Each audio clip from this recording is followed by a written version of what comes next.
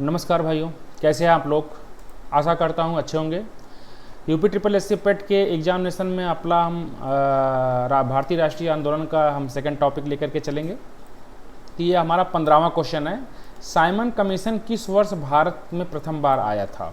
ठीक है, तो ये आया तो 1927 में था, लेकिन ये पूर्णतः उसको 1928 में ही माना जाता है। देखते हैं। साइमन कमीशन का गठन वर्ष 1927 में किया गया था। इस कमीशन के अध्यक्ष सर जॉन साइमन थे। इस कमीशन के सभी सदस्य ब्रिटिश थे। यह दल फरवरी 1928 में ईस्वी को भारत पहुंचा। भारतीयों को सदस्य न बनाए जाने के कारण संपूर्ण देश में इसका विरोध हुआ और भारत शासन अधिनियम 1919 की समीक्षा करने के लिए आया था और यहाँ पर हड़ताल हुआ और साइमन गो बैक के नारे और जुलूस निकाले गए थे। ठीक है। 16 नंबर क्वेश्चन देखिए। निम्न में से किसने महात्मा गांधी के खिलाफत आंदोलन से जुड़ने का विरोध किया था। ठीक है, तो मोहम्मद अली जिन्ना ने कहा था कि आप इससे मत जुड़िए। मैंने कल की क्लास में इसको शायद बताया हुआ था। तो मोहम्मद अली जिन्ना ने महात्मा गांधी के खिलाफत आंदोलन से जुड़ने के विरोध किया था। खिलाफत आंदोलन 1920 से 1921 में मोहम्मद अली और शौकत अली के नेतृत्व में किया गया था। इस आंदोलन के प्रारंभ होने की मुख्य कारण तुर्की के खलीफा के पद को समाप्त करना था। अखिल भारतीय खिलाफत कमेटी की अध्यक्षता महात्मा गांधी ने की थी। महात्मा गांधी ने इस खिलाफत आंदोलन का नेतृत्व इसलिए किया था क्योंकि ये चाहते थे कि हिंदू और मुस्लिम जो है एक हो जाएं, क्योंकि आपको पता होगा कि हिंदुओं के साथ जो जलियांवाला बाग हत्याकांड हुआ था और मुस्लिमों के साथ जो है तुर्की के खलीफा जो है वो विरोध कर रहे थे। सोच रहे थे कि अगर एक साथ मिलकर के हम मंच पर अगर किसी चीज़ को जब हम जयघोष करेंगे तो हमें निसंदेह इसका लाभ मिलेगा। ठीक है, तो खिलाफत आंदोलन ये इसी के साथ पैरेलल स्टार्ट हुआ था 1919 के आसपास और 1919 में ही जलियांवाला बाग हत्याकांड भी हुआ था। ठीक है, आगे चलते हैं, देखते हैं। 17 नंबर क्वेश्चन देखिए। महात्मा गांधी के सत्याग्रह के सिद्धांत के संदर्भ में निम्न में से क्या सत्य नहीं है। किसी सजा का प्रतिकार नहीं करना, अहिंसा, ये तो है, परहेज और सत्यता। तो यहाँ परहेज देखिए, यहाँ पर इसे लिखा गया ये नहीं है। गांधी के सत्याग्रह सिद्धांत के अनुसार सत्याग्रही का उद्देश्य शत्रु को पराजित करना नहीं बल्कि उसका हृदय परिवर्तन कर उसे अपने अनुकूल बनाना है। इनके सिद्धांत में अहिंसा, सत्यता और किसी सजा का प्रतिकार न करना शामिल है, लेकिन परहेज इसमें शामिल नहीं किया गया है। ठीक है। 18वां क्वेश्चन देखिए। यहाँ पर पूना समझौता 1932 में इनके मध्य का एक करार था, तो अंबेडकर और गांधी के बीच था। 24 सितंबर 1932 को डॉक्टर भीमराव अंबेडकर और महात्मा गांधी के माध्यम से एक समझौता हुआ था। इसे हम पूना समझौता या पूना पैक्ट के नाम से जानते हैं। गोलमेज सम्मेलनों में हुआ यह था कि गोलमेज सम्मेलन जो चल रहे थे उसमें तीनों गोलमेज सम्मेलनों में बाबा साहब भीमराव अंबेडकर ने भाग लिया। पहले में तो कांग्रेस का कोई प्रतिनिधि नहीं गया था। सेकेंड गोलमेज सम्मेलन में गांधी जी गए थे तो वहाँ पर अंबेडकर ने उनको घेरना चालू कर दिया। उन्होंने कहा कि आप जो है यहाँ तो न्याय मांग रहे हो और हमारे साथ जो आप लोग कर रहे हैं उसका क्या। तो अंबेडकर और राव बहादुर के प्रयत्नों से 16 अगस्त 1932 को ब्रिटिश सरकार द्वारा घोषित कम्युनल अवार्ड में दलितों को पृथक निर्वाचक स्वतंत्र राजनीति अधिकार मिला था। मतलब आप जैसे इस तरह 1909 में पार्लियामेंट्री सुधार आया था, ठीक उसी प्रकार दलितों को अलग जो है एक से निर्वाचक मंडल दिया जाएगा। 19 नंबर क्वेश्चन देखिए। 1919 में गांधी जी ने डैश के खिलाफ सत्याग्रह का आह्वान किया जिस अधिनियम ने अभिव्यक्ति की स्वतंत्रता जैसे कि मौलिक अधिकारों पर अंकुश लगाया और पुलिस शक्तियों को मजबूत किया था। तो ये होगा रॉलेट अधिनियम। रॉलेट एक्ट आया था। इसमें ना वकील, ना अपील और ना दलील का कानून था। ये मतलब basic the harassment of basic infrastructure of fundamental right, मतलब पूरी तरीके से उसका जो है वो खत्म कर दिया गया था। वर्ष 1919 में गांधी जी ने रोलेट एक्ट के खिलाफ सत्याग्रह का आह्वान किया। अब देखिए पैरेलल सारी चीज़ें चल रही हैं। रोलेट एक्ट आया है, जलियांवाला बाग हत्याकांड, पहले रोलेट एक्ट आया, उसके बाद जलियांवाला बाग हत्याकांड हुआ, फिर खिलाफत आंदोलन हुआ, फिर 1920 में बापू ने असहयोग आंदोलन स्टार्ट कर दिया था। ठीक है। इस अधिनियम ने अभिव्यक्ति की स्वतंत्रता जैसे कि मौलिक अधिकार पर अंकुश लगाया था और पुलिस शक्तियों को मजबूत किया था। 19 मार्च 1919 ईस्वी को रोलेट एक्ट लागू किया गया। इसके अनुसार किसी भी संदेहास्पद व्यक्ति को बिना मुकदमा चलाए गिरफ्तार किया जा सकता था, परंतु उसके विरुद्ध ना कोई अपील, ना कोई दलील और ना कोई वकील का कानून किया जा सकता था। ना अपील, ना दलील और ना वकील का कानून था। 20 नंबर क्वेश्चन देखिए, सन 1915 से 1916 में किसके नेतृत्व में 2 होम रूल लीग शुरू किए गए थे? एनी बेसेंट और लोकमान्य तिलक के रूप में। तो एनी बेसेंट जो है मद्रास से इन्होंने स्टार्ट किया था, लोकमान्य तिलक जो है उत्तर भारत से किए थे, मतलब महाराष्ट्र वगैरह रीजन में। देखते हैं, भारत में होम रूल लीग की स्थापना का प्रयास एनी बेसेंट ने एवं बाल गंगाधर तिलक ने किया था। ठीक है, 1917 में भारतीय राष्ट्रीय कांग्रेस की अध्यक्षता भी इन्होंने किया था एनी बेसेंट ने। बेसिकली ये एनी बेसेंट जो थी वो विवेकानंद से ज़्यादा प्रभावित थी हमारे, और बाद में थियोसॉफिकल सोसाइटी से भी जुड़ी हुई थी। तो 19 अप्रैल 1916 में तिलक तथा सितंबर 1916 में एनी बेसेंट ने होम रूल लीग की स्थापना की। तिलक ने मराठा एवं केसरी तथा एनी बेसेंट ने कॉमनवेल्थ एवं न्यू इंडिया नामक समाचार पत्र लिखे। ठीक है, तो मराठा इंग्लिश में था और केसरी जो था वो मराठी में था। एनी बेसेंट कांग्रेस की प्रथम महिला अध्यक्ष थी जो 1917 में बनी, जबकि तिलक कांग्रेस के कभी अध्यक्ष नहीं रहे थे। ठीक है, बंगाल के विभाजन 1905 में ब्रिटिश वायसराय डैश द्वारा किया गया था। तो किसने बंगाल विभाजन किया था? तो कर्जन की बंगाल विभाजन की नीति थी। बंगाल विभाजन कर्जन के समय में सन 1905 ईस्वी में हुआ था। यह विभाजन लॉर्ड कर्जन ने प्रशासनिक सुधार के नियम पर लोगों में राष्ट्रवाद की भावना को नष्ट करने एवं हिंदू और मुस्लिमों के बीच फूट डालने के उद्देश्य से किया था। बंगाल विभाजन के बाद बंगाल के लोगों ने स्वदेशी आंदोलन चलाया और यह आंदोलन बंगाल विभाजन के विरोध चलाया गया था। ठीक है, बंगबंधु किसे कहा जाता है? कमेंट में बताइएगा। 22 नंबर क्वेश्चन देखिए, ब्रिटिश भारत सरकार ने बंगाल के विभाजन को लागू करने के निर्णय की घोषणा कब की हुई थी? तो 19 जुलाई 1905 को। 19 जुलाई 1905 को ब्रिटिश सरकार द्वारा बंगाल विभाजन निर्णय लॉर्ड कर्जन के कार्यकाल में 1899 से 1905 का इनका कार्यकाल था कर्जन का, में लिया गया था। इस निर्णय की घोषणा 19 जुलाई को, कहीं कहीं 20 जुलाई लिखा गया है, 1905 को की गई थी। 16 अक्टूबर को 1905 को यह लागू हो गया था। इस विभाजन का प्रमुख कारण बंगाल में राष्ट्रवाद की वृद्धि को दुर्बल करना था। 23 नंबर क्वेश्चन देखते हैं, निम्नलिखित में से किसने बंगाल विभाजन 1905 के विरोध में हुए आंदोलन का नेतृत्व किया था? सुरेंद्र नाथ बनर्जी जी ने। ब्रिटिश सरकार ने 19-20 जुलाई 1905 को बंगाल विभाजन का निर्णय की घोषणा की। 7 अगस्त 1905 ईस्वी को कोलकाता के टाउन हॉल में संपन्न एक बैठक में स्वदेशी आंदोलन की घोषणा की गई। मतलब 7 अगस्त 1905 को स्वदेशी आंदोलन की घोषणा की गई। 20 से 19 जुलाई में जो क्या हुआ था, ये बंगाल विभाजन की घोषणा कर दी गई थी और निर्णय भी ले लिया गया था। ठीक है, घोषणा कर दी गई थी, मान लीजिए सब कुछ हो रहा था मतलब पूरी तरीके से। 7 अगस्त 1905 को कलकत्ता के टाउन हॉल में बैठ करके सभी जो हमारे वहाँ के स्वतंत्रता सेनानी थे बैठे और उन्होंने कहा कि हम स्वदेशी अपनाओ का नारा देंगे और बहिष्कार का प्रस्ताव पारित किया। बंगाल विभाजन 16 अक्टूबर 1905 को लागू हुआ। अब देखिए 16 अक्टूबर 1905 को लागू हो गया बंगाल विभाजन। पूछा क्या है, आया कब? तो 19 से 20 जुलाई को घोषणा की गई थी। जब घोषणा की गई तो हमारे यहाँ स्वदेशी आंदोलन स्टार्ट कर दिए 7 अगस्त 1905 को। फिर उसके बाद अंग्रेजों ने रिटेलिएट किया, 16 अक्टूबर 1905 को बंगाल विभाजन लागू कर दिया। रविंद्रनाथ टैगोर ने सुझाव पर इसी दिन बंगाल में शोक दिवस मनाया गया और इन्हीं के सुझाव पर संपूर्ण बंगाल में इसी दिन राखी दिवस भी मनाया गया। इस आंदोलन का नेतृत्व सुरेंद्र नाथ बनर्जी द्वारा किया जा रहा था। महात्मा गांधी दक्षिण अफ्रीका से किस वर्ष पहुँचे? तो ये होगा आपका 1893। महात्मा गांधी दक्षिण अफ्रीका में किस वर्ष पहुंचे थे, मतलब गए कब थे, ये चीज़ लिखा गया है। तो महात्मा गांधी सेठ अब्दुल्ला के निमंत्रण पर 1893 में दक्षिण अफ्रीका गए थे। अब आए कब थे? तो 1915 में आए थे। शेख अब्दुल्ला ने गांधी जी को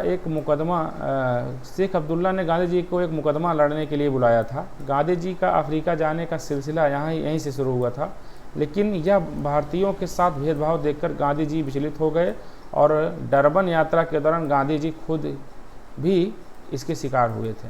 ठीक है, 1917 डैश का सत्याग्रह महात्मा गांधी का पहला सत्याग्रह था, भारतीय स्वतंत्रता आंदोलन में एक बड़ा विद्रोह था, तो कौन था? तो चंपारण। चंपारण सत्याग्रह 1917 में महात्मा गांधी का पहला सत्याग्रह था, भारतीय स्वतंत्रता आंदोलन का एक बड़ा विद्रोह था। हजारों भूमिहीन मजदूरों एवं गरीब किसानों के खाद्यान्न की बजाय नील की अन्य नकदी फसलों की खेती कराने का बाध्य किया जा रहा था। यही तिनकटिया पद्धति के खिलाफ किया गया था आंदोलन था। मतलब इसमें कहा जा रहा था कि ये कोई भी किसान होगा वो जो है अपनी संपूर्ण ज़मीन का 3/20वां भाग जो है उसमें नकदी फसल नील जैसे और सब चीज़ों में वो कपास वगैरह उगाएगा। ठीक है। तो चूंकि अब जर्मनी में कृत्रिम रंग आ गए थे, जब जर्मनी में कृत्रिम रंग आ गए थे तो भारत में सभी किसान कहा कि भाई जब आ गया तो हम क्यों जबरन खेती करवा रहे हो हमसे। उसी पर किसानों ने कर दिया विरोध, और जब किसानों ने कर दिया विरोध तो राजकुमार शुक्ला के नेतृत्व में बापू जी ने इसमें कूद पड़े। आपको पता होगा कि 1915 में आए थे, 1916 में एक अधिवेशन में बापू गए थे, लेकिन वहाँ पे कुछ किए नहीं। 1917 में, उस समय 1916, 17 और 15 के बीच में आपको पता होगा कि एनी बेसेंट और तिलक का जलवा था। एनी बेसेंट 1917 में कांग्रेस की अध्यक्षा थी, तो आपको पता होगा कि और कॉमनवेल्थ वगैरह जैसे पत्र जो है पत्रिकाएं चल रही थी और केसरी मराठा उधर चल रहा था। ठीक है, होम रूल लीग की स्थापना हो गई थी। अब बापू यहाँ नया प्लेयर बन करके आए थे तो वो खेलना स्टार्ट कर दिए थे, जिससे अंग्रेज बागान मालिकों द्वारा खेती की ज़मीन का 3/20 हिस्से पर नील उगाना अनिवार्य कर दिया था। गांधी जी द्वारा सफल नेतृत्व के बाद रविंद्रनाथ टैगोर ने गांधी जी की पहली बार महात्मा कहा था। तो रविंद्रनाथ टैगोर ने गांधी जी को पहली बार महात्मा यहीं पे कहा हुआ था, इसी के माध्यम से। 26 नंबर क्वेश्चन देखिए, महात्मा गांधी ने सत्याग्रह सभा की स्थापना डैश में की थी। तो यहाँ उत्तर होगा सी, फरवरी 1919 में। व्यायाम प्रशिक्षक के नेतृत्व में क्वेश्चन पूछा गया है। महात्मा गांधी ने रोलेक्ट एक्ट के विरोध करने के लिए फरवरी 1919 में सत्याग्रह सभा की स्थापना की। रोलेक्ट एक्ट आपको पता होगा कि 1919 में आया था। ना वकील, ना दलील और ना अपील का कानून चल रहा था। जिनके ऊपर शंका थी उनको उठा करके जेल में डाल दिया जाता था। क्योंकि 1919 में जलियांवाला बाग हत्याकांड हो रहा था, हिंदू उग्र थे, मुस्लिम भी उग्र थे और अंग्रेज सिचुएशन को संभालना चाहते थे। इसी के देखते हुए उन्होंने क्या किया कि सीधा इसको कानून को पारित किया था। तो इसी के विरोध में बापू ने क्या किया था, सत्याग्रह सभा की स्थापना की थी। इसके सदस्य इस कानून की अवज्ञा कर जेल जाते थे। गांधी जी रोलेक्ट एक्ट का पुरजोर विरोध किया तथा ब्रिटिश सरकार को शैतान लोगों की संज्ञा दी गई थी।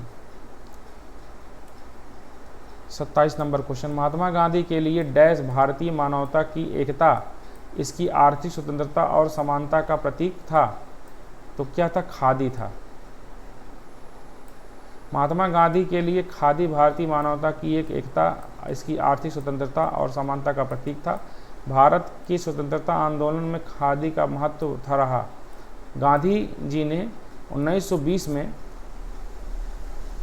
गांवों को आत्मनिर्भर बनाने के लिए खादी के प्रचार प्रसार को पुरजोर प्रचार प्रसार किया। आपको पता है ग्राम उद्योग से भारत उद्योग का विकास का संकल्पना आर्टिकल 40 में दिया गया है। ठीक है, 28 नंबर क्वेश्चन देखते हैं, इनमें से कौन सा महात्मा गांधी का आर्थिक विचार नहीं है? गैर हिंसक अर्थव्यवस्था, विकेंद्रीकरण, कुटीर उद्योग, ये भी है। हिंसा मत करिए, गैर हिंसक सही है। कुटीर उद्योग भी है। मशीनरी और नवीनतम तकनीकी का अधिकतम उपयोग, ये गलत है। गांव सर्वोदय का पुनर्जन्म, ये भी था। तो महात्मा गांधी जी बड़े पैमाने पर औद्योगिकीकरण के कट्टर विरोधी थे। कारण ये था कि औद्योगिकीकरण जो है वो पर्यावरण को भी डिस्टर्बेंस कर रहा है, साथ साथ रोजगार में भी वो नवीनतम, जब आपको मशीनीकरण आ जाएगा तो मशीनीकरण में रोजगार की भी कमियां होंगी। व्यक्ति को काम नहीं मिल पाएगा। जब व्यक्ति को काम नहीं मिलेगा तो व्यक्ति के पास पैसा नहीं पहुंचेगा। जब पैसा नहीं पहुंचेगा तो व्यक्ति हो जाएगा बेरोजगार, जो आज हमारे भारत में हो रहा है। और बापू कोई भी बातों को आज की कोई भी जो कानून व्यवस्था है वो मान नहीं रही है। उनका विश्वास था कि बड़े पैमाने में उत्पादन से ही विभिन्न सामाजिक और आर्थिक दोष उत्पन्न हुए। मशीनों का प्रयोग मनुष्य की आलसी बना देता है। और महात्मा गांधी गैर हिंसक अर्थव्यवस्था, विकेंद्रीकरण और कुटीर उद्योग के गांवों के सर्वोदय के समर्थक थे। 29 नंबर क्वेश्चन देखिए, गांधी जी के गांव सर्वोदय के आदर्श ने बताया कि एक आदर्श गांव को कुछ शर्तों को पूरा करना होगा। इनमें से क्या शर्तें इनमें से नहीं हैं? जाति व्यवस्था को समाप्त किया जाना चाहिए, ये तो भाई सही है। भाईचारे का भावना को विकसित करने के लिए पूजा का स्थान पर दूसरे के बगल में बनाया जाना चाहिए। उसके बाद इसमें धर्मशाला और एक छोटा डिस्पेंसरी होना चाहिए, या भोजन और कपड़ा के मामलों में आत्मनिर्भर होना चाहिए। तो यहाँ पर B is the right answer होगा आपका। गांधी जी ने गांव सर्वोदय के आदर्श को बताया था कि एक आदर्श गांव को कुछ शर्तों को पूरा करना होता है, जिसमें कि प्रमुख शर्तें हैं भाईचारे की भावना को विकसित करना, हेतु पूजा के स्थान पर दूसरे के बगल में बनाया जाना चाहिए। ठीक है, पूजा जो स्थान आप बनाए रहे दूसरे के बगल में आप बैठिए, प्रेम भाव बरतिए तो ज़्यादा सही रहेगा, जिस चीज़ में कहा गया था। एक आदर्श गांव है तो शर्तें क्या क्या थी? इसमें जाति पाति का भेदभाव समाप्त किया जाना चाहिए, या भोजन और कपड़ों के मामलों में आत्मनिर्भर होना चाहिए। आदर्श गांव में धर्मशाला एवं डिस्पेंसरी होनी चाहिए।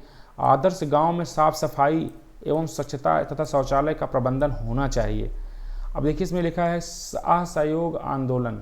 ठीक है, ये 1920 के आसपास स्टार्ट हुआ था पैरेलल रूप में।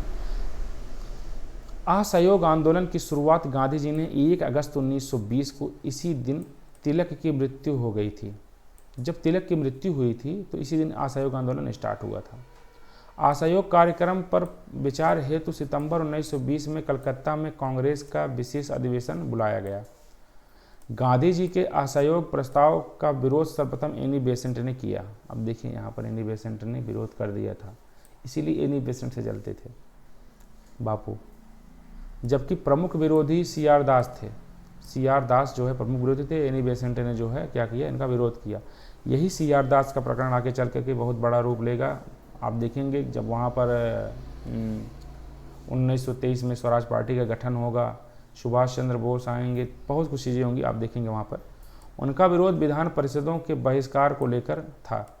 मदन मोहन मालवीय, सीआर दास और विपिन चंद्र पाल, मोहम्मद अली जिन्ना और शंकरन नायर के विरोध के बावजूद अली बंधुओं तथा मोतीलाल नेहरू के सहयोग से यह प्रस्ताव पास हो गया। अब यहाँ पर मोतीलाल नेहरू ने इनका साथ दिया, अली बंधुओं ने भी साथ दिया था, क्योंकि अली बंधु साथ इसलिए दिए थे कि जो कि खिलाफत आंदोलन में बापू उनके साथ थे। दिसंबर 1920 ईस्वी में नागपुर में कांग्रेस का वार्षिक अधिवेशन बी राघवाचारी की अध्यक्षता में हुआ था नागपुर में, जिसमें सीआर दास ने असहयोग आंदोलन के संबंध में प्रस्ताव रखा। इस प्रस्ताव में उपाधियों एवं प्रशस्तियों को लौटाना, सरकारी स्कूल या कॉलेज, अदालत तथा विदेशी कपड़ों का बहिष्कार के साथ रचनात्मक कार्यों जैसे कि चरखा वितरण, स्वदेशी शिक्षण संस्थाओं की स्थापना, मद्यपान निषेध और अस्पृश्यता का अंत का उल्लेख किया गया था। ठीक है, तो कहीं ना कहीं ये अछूत का विरोध शुरू से ही बापू कर रहे थे, ये यहाँ पर दिखाई देता है। और शायद इसी के कारण बाबा साहब भीमराव अम्बेडकर की बात मान भी गए थे 1932 के पूना पैक्ट में। असहयोग आंदोलन कब वापस लिया गया था? तो फरवरी जो है 1922 में, 4 फरवरी 1922 में चौरी चौरा गोरखपुर में हुए एक हिंसक घटना के कारण गांधी जी असहयोग आंदोलन को वापस ले लिए थे। और चौरी चौरा की यह घटना उग्र भीड़ ने पुलिस थाने के आग लगा दी, जिससे कि 22 पुलिसकर्मी मारे गए और यहाँ हिंसा दिखाई देने लगी। सविनय अवज्ञा आंदोलन, सिविल डिसओबीडिएंट मूवमेंट का मुख्य उद्देश्य क्या था? गोलमेज सम्मेलन के विरुद्ध, विंस्टन चर्चिल की प्रतिक्रियावादी उपागम, या नमक कर विरोध के विरुद्ध? ये सही है। ठीक है, सविनय अवज्ञा आंदोलन 1930 से 1934 में गांधी जी द्वारा वायसराय के प्रमुख रखे गए 11 सूत्री मांगों पर विचार न करने के कारण स्टार्ट हुआ था। यह आंदोलन अहिंसात्मक ढंग से किया गया था और गांधी जी ने इसकी शुरुआत दांडी मार्च या नमक कर के विरुद्ध 12 मार्च 1930 से 6 अप्रैल 1930 तक किया हुआ था गुजरात के दांडी से। ठीक है, 22 से 24 दिनों का ये समय था। 78 प्रतिनिधियों के नेतृत्व में इन्होंने भाग लिया था और महिलाओं को मैडम कोई शायद थी, उन्होंने नाम यही पीछे मैंने बताया था, तो महिलाओं को भी इनमें शामिल किया गया था। ठीक है, चट्टोपाध्याय करके कोई महिला थी, तो उन्होंने कहा था कि आप महिलाओं को भी जो है शामिल करिए। 33 नंबर क्वेश्चन लिखते हैं। सविनय अवज्ञा आंदोलन की शुरुआत के पहले वायसराय गांधी जी का 11 सूत्री चेतावनी दिया गया था। इन चेतावनियों के संदर्भ में क्या सही है? रुपया डॉलर विनिमय दर को कम करना, भू राजस्व में 50% की कमी करना, राजनीतिक कैदियों को रिहा करना। ठीक है, तो यहाँ उत्तर होगा बी। 2 और 3 तीनों सही हैं। एक और रुपया और डॉलर से कोई मतलब ही नहीं था यार। सविनय अवज्ञा आंदोलन 1930 से 34 प्रारंभ करने के पूर्व गांधी ने सरकार से एक बार फिर समझौता करने का प्रयास किया।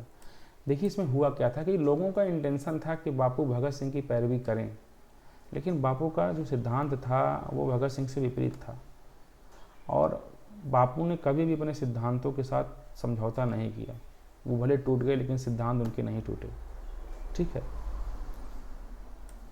लोगों का मतलब अरबों खरबों लोगों का जो है, जितने मतलब हमारे यहाँ थे, अरब लोग तो वहाँ नहीं रहते होंगे, करोड़ों लोगों का मतलब ये सोच था कि जो है बापू पैरवी करें कि भगत सिंह छूट जाएं, लेकिन उन्होंने नहीं किया। ठीक है, प्रयास किया, और गांधी जी ने यंग इंडिया में एक लेख प्रकाशित कर सरकार के समक्ष 11 सूत्री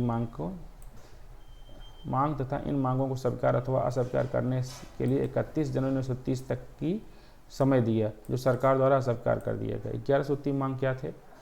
भू राजस्व में 50% की कमी करना, राजनीतिक कैदियों को रिहा करना, राजनीतिक कैदी देख लीजिए यहाँ पर, आपराधिक गुप्तचर विभाग में सुधार करना, नमक कर समाप्त किया जाए और नमक पर सरकारी एकाधिकार समाप्त कर दिया जाए, तटीय यातायात रक्षा विधेयक पास किया जाए, रक्षात्मक शुल्क लगाए जाएं तथा विदेशी कपड़ों का आयात नियंत्रित किया जाए, रुपया विनिमय दर घटाकर 1 शिलिंग से 4 पेंस की जाए, सिविल सेवाओं तथा सेना में व्यय 50% कमी की जाए, नशीली वस्तुओं का विक्रय पर पूर्ण रोक लगा दी जाए, सेना में 50% की कटौती की जाए, शस्त्र कानून में परिवर्तन किया जाए तथा भारतीयों को आत्मरक्षा हेतु हथियार रखने का लाइसेंस दिया जाए।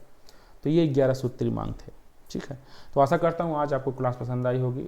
मैं आज थोड़ा धीमे बोलने का प्रयास किया हूँ और थोड़ा तेज़ बोलने का प्रयास किया हूँ, क्योंकि मेरी आवाज़ काफ़ी धीमी आती है। तो आप फीडबैक दीजिएगा, जो भी होगा मैं सुधार करने का प्रयास करूँगा। नमस्कार।